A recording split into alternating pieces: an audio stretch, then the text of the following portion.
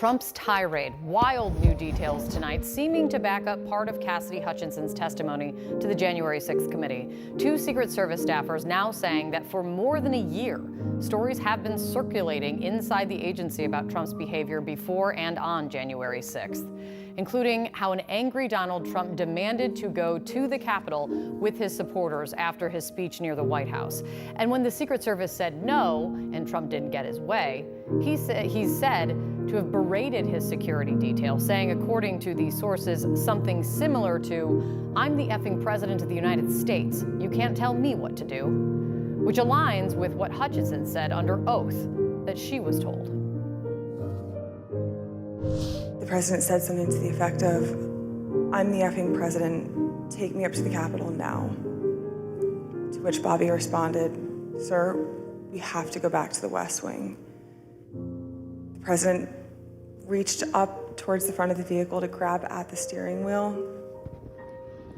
Mr. Engel grabbed his arm, said, "Sir, you need to take your hand off the steering wheel. We're going back to the West Wing. We're not going to the Capitol." Mr. Trump then used his free hand to lunge towards Bobby Engel. And when Mr. Ornato had recounted this story to me, he had motioned towards his clavicles. And was Mr. Engel in the room as Mr. Ornato told you this story? He was. Did Mr. Engel correct or disagree with any part of the story from Mr. Ornato? Mr. Engel did not correct or disagree with any part of the story. Did Mr. Engel or Mr. Ornato ever after that tell you that what Mr. Ornato had just said was untrue? Neither Mr. Ornato nor Mr. Engel told me ever that it was untrue. Now, while neither source says they heard about Trump trying to grab the steering wheel, they did say this, according to our reporting. Nobody said Trump assaulted him. They said he tried to lunge over the seat. For what reason? Nobody had any idea. We're also learning new details about the attempts to influence Hutchinson's testimony. Multiple sources telling CNN someone on behalf of Mark Meadows contacted Hutchinson before she testified. And that is crucial because Hutchinson was one of his top aides. And we now know that both of the examples of potential witness intimidation presented during the hearing, both were directed at Hutchinson. And what was the message? Listen. This is a call received by one of our witnesses. Quote, "A person let me know you have your deposition tomorrow. He wants me to let you know he's thinking about you. He knows you're loyal and you're going to do the right thing when you go in for your deposition." Hutchinson did do the right thing. She testified under oath, which everyone agrees takes courage. You can't say the same, though, for Donald Trump or his allies who've now launched a smear campaign against her. Manu Raju is out front live for us on Capitol Hill this evening. Manu, first, what else can you tell us about this call to Hutchinson that was allegedly done at the behest of her former boss, Mark Meadows?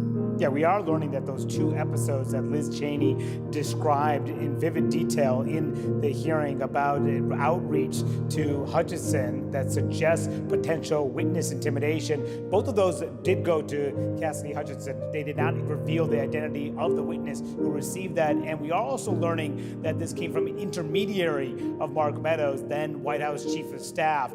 Now, in one of those messages that Cheney read aloud, she said that he knows you're loyal and you're going to do the right thing when you go in for your deposition. Now, what our colleagues here at CNN are told is that the person that they're referring to there was Meadows. Meadows expected her to do, quote, the right thing. Now, Meadows' camp responded to this reporting, saying that there was never an attempt to intimidate Hutchinson. They said, according to spokesperson Ben Williams, said no one from Meadows' camp, himself or otherwise, ever sought to intimidate or shape her conversations with the committee. But we do know, Kate, that this committee is still investigating this issue. They asked every witness who comes before them whether or not they have received any efforts to intimidate or tamper with their testimony in any way. And we do also know that the committee is thinking about whether to refer any of these to the Justice Department for potential prosecution. So this still is a major issue they plan to investigate in the weeks ahead. Yeah, it's still an open-ended question on what's going to happen with this. And also, Manu, based on this new reporting about the Secret Service, what does this all mean for Trump aide Tony Ornato, who apparently is willing to testify and is also disputing this testimony from Hutchinson?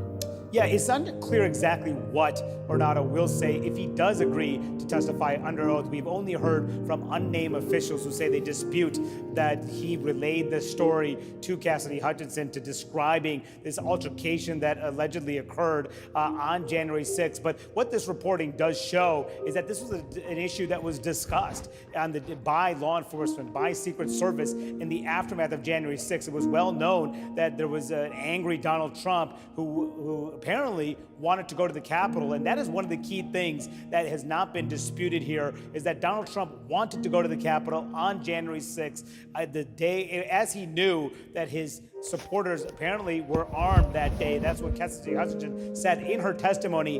And one person who could corroborate a lot of these key details too, Kate, is Pat Cipollone, the White House counsel at the time, who has been subpoenaed by this committee, who we're told is willing to testify in some limited fashion, potentially behind the scenes. And he also warned about Trump going to the Capitol, that it could open up to them to all sorts of potential criminal exposure. All right, Manu, thank you so much for that. Out front with me now is Ellie Honig, former assistant